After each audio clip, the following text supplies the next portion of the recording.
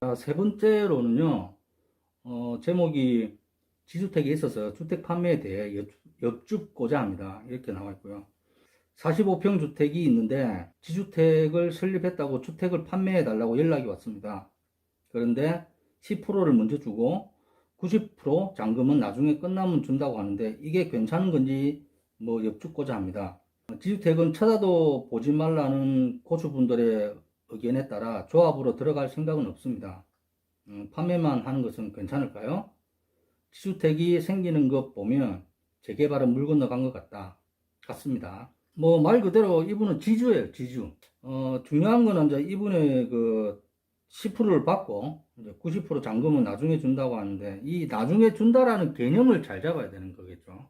어떤 이 부동산 거래하고 같은 개념이에요. 어떤 그냥 여기가 재개발을 하고 지주택을 하고 이걸 다 떠나서 이런 것을 안 한다 하더라도 부동산에 가서 내가 집을 내놓으면은 집 살 사람하고 부동산에 만나서 어쨌든 계약을 하잖아요. 그러면 10% 받고 중도금 언제 날짜에 정해가지고 받고 그리고 잔금 언제 받고 이렇게 날짜를 정하잖아요. 똑같은 겁니다. 이거 똑같은 건데 이제 그 조합 측에서 얘기하는 그 날짜라는 게 보통의 경우 조합 설립 인가 이유라든지 사업 시행 신청 석 달 전이라든지 이런 식으로 해요. 잔금의 지급을. 그리고 10% 주는 것은 계약과 동시에 3일 후에 준다든지 일주일 후에 준다든지 이런 식으로 하고요. 이렇게 했을 때 10% 받는 건 아무 이상 없습니다. 그냥 10% 받으시면 되고요. 중요한 거는 잔금인데 이 잔금을 만약에 지금이 2021년이면 2021년 12월 31일까지라든지 안 그러면 2022년 5월 31일까지라든지 날짜를 딱 정하십시오. 그게 제일 좋은 방법입니다. 그쪽에서 날짜를 적으면 안 된다라는 식으로 할 수도 있어요. 지주 용역사의 이제 그리고 조합의 입장인 거고 지주의 입장은 또 다를 수 있죠. 근데 이런 걸 한번 얘기를 해볼 필요는 있죠. 언제쯤 당신들이 얘기하는 이걸 지킬 수 있을 것 같으냐라고 물어는 볼 수 있겠죠. 그러면 자기네들이 얘기를 하겠죠. 우리는 2000 몇 년도까지 2022년도 몇 월 달까지 2023년도 몇 월 달까지 어떻게 하겠다. 이런 식으로 얘기를 하겠죠. 그럼 그걸 준해가지고 판단을 해가지고 그래도 너무 빡빡하게는 안 하고 또 너무 여유도 주지 말고 적당한 선에서 날짜를 기업한다는 그런 개념으로 생각하고 하는 게 서로한테 제일 좋지 않겠나 그렇게 생각하거든요. 그러니까 어쨌든 제가 말씀드리고 싶은 거는 뭐냐면 잔금의 날짜는 무조건 기입을 해라. 그 특별 조항이라고 적으면 돼요. 그냥 그 계약서에다가 본인의 자필로 특별 조항 이래가지고 적으면 돼요. 내가 적든지 그쪽에 상대방이 적든지 누구라도 그냥 적으면 돼요. 계약서가 2장이겠죠. 각자 한 장씩 갖고 가니까 이 2장에다가 다 특별 조항 해놓고 잔금은 몇 년도 몇 월 며칠까지 지급하기로 한다. 지급이 안 될 시에는 이 계약은 무효로 한다. 이런 식으로 적으시면 돼요. 그러면 마음 편하죠. 그렇게 불안할 필요도 없고요. 그런 식으로 하시는 게 가장 좋은 방법이지 않나. 저 같은 경우는 그런 경우를 많이 했었거든요. 그 날짜를 좀 적자고 했을 때 적어 드리는 경우도 많았고요. 제가 먼저 그런 원하시는 날짜에 적으시라고 한 경우도 있고요. 그 각자의 그 사항에 따라서 틀리긴 하지만 지주 입장 그리고 업체 입장 조합의 입장 서로 틀리긴 하지만 절충을 하면은 언제든지 그 계약은 성립이 됩니다. 그러니까 그런 거에 대해서 너무 부담 갖지도 마시고 계약서 상에 날짜만 기입하면은 부담스럽지도 않다. 이렇게 좀 말씀드릴 수 있겠네요. 그리고 그 댓글을 잠깐 보면요. 이런 얘기가 있거든요. 10%를 먼저 주고 우선 나머지는 딴 조합원에 돈이 들어오면 그때 줄 겁니다. 이게 답변을 하시는 분의 얘기거든요. 다단계 방식이 이와 비슷하죠. 이렇게 지금 했는데 예, 웃음이 좀 나오는데 다단계 방식은 아니고요. 이거는 너무 모르는 겁니다. 어떻게 지역주택조합을 다단계 방식이라고 하시는지는 왜 이런 발상으로 말씀하셨는지 전혀 저는 이해가 안 가거든요. 그 다단계 방식은 절대로 그 방식이 될 수가 없는데 왜 이렇게 말씀하시는지 잘 모르겠는데 그거는 절대 아니고요. 그 이분도 그 지역주택조합에 굉장히 뭐 불신을 갖고 있는 그런 분이겠죠. 그러니까는 안 좋은 수식어를 다 이렇게 하는 것 같아요. 제가 볼 때는. 자, 그래서 이건 아닌 것 같고요. 또 어떤 분은 또 이사 비용도 안 주는데 어떻게 이사를 갈 수 있나요? 집을 그냥 사라고 하는 게 맞는 것 같습니다. 이렇게 하는데 이사 비용이라든지 이런 경우는 그쪽에서 계약을 하러 오시는 그 담당자한테 금액을 정해놓고요. 일단은 그게 합의가 다 되고 나서 이사 비용을 다시 얘기를 하세요. 뭐 이사 하는데 뭐 그렇게 큰 비용 안 들잖아요. 많이 들어봤자 뭐 500 정도예요.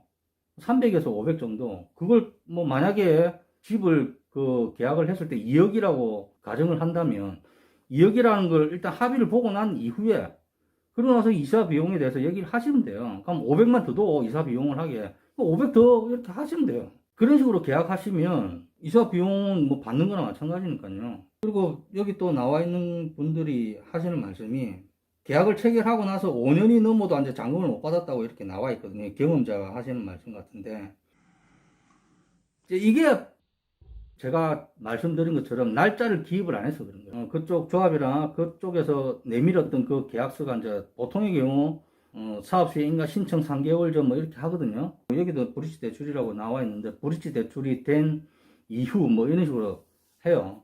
근데 그런 거는 다 무시하시고 특별 조항 해가지고 날짜를 기억하시면 됩니다. 그 날짜에 뭐 약속을 안 지키면 그럼 뭐 이 계약서는 무효가 되는 거니까 다시 계약서를 작성하시면 되죠. 그 다음에는 그렇게 하시면 되는 거니까 뭐 이거는 이분이 그걸 안 하셨기 때문에 이렇게 된 것 같고요.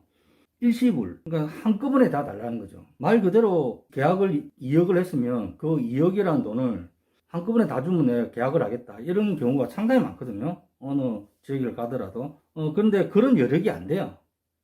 이쪽 조합이라든지 대행사라든지 솔직히 말씀드려서 그렇게 할 수 있는 경우는 시공사가 좀 도와주는 경우, 대여금을 주는 거죠. 시공사가 대여금을 주는 경우라든지 또 뭐 브릿지 대출을 빨리 하는 경우, 근데 그런 경우는 극히 없고요.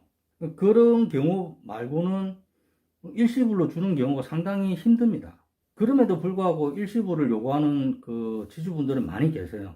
어떻게 보면은 가장 안전하거든요. 그것도 지주 쪽 입장에서는 뭐 이해는 가죠. 가장 안전한 방법이니까. 근데 그렇게 하는 경우가 그렇게 많지가 않습니다. 근데 제가 항상 말씀드리고 싶은 거는 일반적인 부동산법에 나와 있는 아파트 매매든지 뭐 토지 매매든지 이런 매매에 대한 계약 관계와 같다고 생각하시면 돼요. 그런 나와 있는 그런 계약 관계들이 일시불로 다 주고 이렇게 하는 경우 없거든요. 10%의 계약금 작성하고 뭐 계약금 주고 그리고 중도금 뭐 20%뭐 또 2차 중도금 뭐 30% 나머지 잔금 뭐 이런 식으로 하잖아요. 이거와 똑같은 겁니다. 이거는 이런 그런 식으로 계약을 한다라는 생각을 좀 갖고 계시면 뭐 편안하죠. 그럴 때 제가 항상 계속 말씀드린 것처럼 그럴 때마다 중도금은 뭐 1차, 2차 중도금이 만약에 있다면 다 날짜를 기억하세요. 1차는 몇 월 몇일 며칠, 뭐 2차도 몇 월 며칠, 잔금은 또 몇 월 며칠 이렇게 계속해서 날짜를 기억하시면 그 날짜를 안 지키면은 그 계약은 무효화가 되는 거니까요. 그런 식으로 하시면 되는 거지. 일시불로 다 이렇게 하는 것보다는 그게 그쪽에 사업을 진행해 나가는 사람들한테도 크게 무리 없을 수도 있고요. 약속을 못 지키면 안 하면 되는 거니까요. 그리고 뭐 내가 지주 입장에서도 그렇게 크게 손해볼 것도 없고 또 못 믿는다든지 또 뭐 이런 거 있잖아요. 그 안 주면 잠깐 뭐 전전긍긍 할 수 있는 그럴 필요도 없다라는 거죠. 그 날짜만 지키면 되는 거니까. 그렇게 생각하시고 하시는 게 제일 좋은 방법이다. 뭐 어쨌든 제 경험상 그렇게 말씀을 드립니다. 한 가지만 더 말씀을 드리면 토지 승낙서는 써주신 건가요? 라고 누군가 물어봤어요. 이 작성자가 하시는 말씀이에요. 아직까지 토지 승낙서는 써주지 않았고 지주택을 이제 시작하는 단계라고 하거든요. 이 얘기는 뭐 그냥 이것도 어떻게 보면 제 개인적인 생각일 수도 있는데 지역주택조합을 진행해 나가면서 처음부터 매매 계약을 같이 이렇게 진행하는 경우가 많거든요. 지금도 그렇게 하는 현장도 있고요. 또 옛날에는 대부분이 다 그렇게 해요. 근데 저는 그렇게 안 합니다. 저는 그렇게는 안 하는데 우선 그렇게 만약에 된다면 그런 식으로 진행을 하게 되면 매매 계약을 하기 이전에, 그러니까는 그런 금액적인 부분이 합의가 되기 이전에 어떠한 서류도 내놓지 않습니다. 그러니까 토지 승낙서라는 것을 아예 적어줄 생각도 안 하고 안 한다라는 거죠. 그러면은 조합 설립도 못 가요. 그러니까 조합 설립에 제가 계속해서 말씀드렸잖아요. 조합 설립의 기준은 토지 승낙서 80%예요. 매매 계약서가 아니고요. 매매 계약서는 그 이후에 하면 되는 겁니다. 그러니까 조합 설립인가 이후에 사업 시행인가까지 갈 때 95%, 물론 그 전에 해놓으면 되겠죠. 되지만 이거는 제가 경험한 바로는 아니라는 겁니다. 조합 설립 인가를 받는 기준이 어쨌든 간에 토지 승낙서지 매매 계약서는 아니라는 거거든요. 근데 어떤 현장을 봐도 다 매매 계약서를 같이 진행을 시켜요. 그러면 저 같아도 그래요. 저 같아도 제가 지주라면 계약서를 그래 매매 계약을 하자고 하는데 당신은 얼마를 생각하고 있냐? 나는 얼마를 생각하고 있다. 그럼 나하고 이렇게 가격이 안 맞구나. 그렇게 되잖아요, 결론이. 그러면은 토지 승낙서를 적어줄 생각이 없어요. 여러 가지 동의서다라는 게 있어요. 그런 것들을 하나도 적어줄 생각이 없습니다. 그게 합의가 되지 않으면. 그러니까 그렇게 하는 현장들은 조합 설립 인가까지 가는 것만 하더라도 4년, 5년씩 걸려요. 그런 무리수를 둘 이유는 없다. 제가 경험한 바로는. 그래서 저는 항상 그 현장에서 제가 일을 진행할 때는 조합 설립 인가가 되기 전까지는 매매 계약서 얘기를 안 합니다. 물론 제가 금방 말씀드린 이런 것들이 다 정답은 아닐 수 있습니다. 정답도 아닐 수 있고, 저한테 네 방법이 틀렸다라고도 말씀하시는 분이 계실 수도 있어요. 하지만 저는 제 경험상에 봤을 때는 제가 해왔던 방법들이 가장 좋은 방법이었어요. 어쨌든 속도도 빨랐고요. 속도가 빠르다 보니 신뢰가 갔고요. 신뢰가 가니까 사람들이 그러니까 이미지가 좋아지는 거죠. 우리 현장은 이미지가 좋아지는 거죠. 그러니 그러니까 합의를 할 때도 좋은 쪽으로 합의가 될 수밖에 없는 거예요. 처음부터 토지 승낙서하고 매매 계약서를 같이 이렇게 한다는 건 이것도 어떻게 보면은 잘못된 시스템이다. 저는 그렇게 생각을 하기 때문에 말씀을 드리는 겁니다. 이게 어떻게 많은 도움이 되는지는 안 되는지는 모르겠는데요. 계속해서 제가 말씀을 드리지만 어쨌든 사업 진행이 빠르게 되면 이미지는 좋아질 수밖에 없습니다. 그리고 모든 주변에서 쳐다보는 사람들, 쳐다보는 기업들, 업체들, 시공사, 이런 신탁사라든지 이런 업체들이 다 좋게 봐요.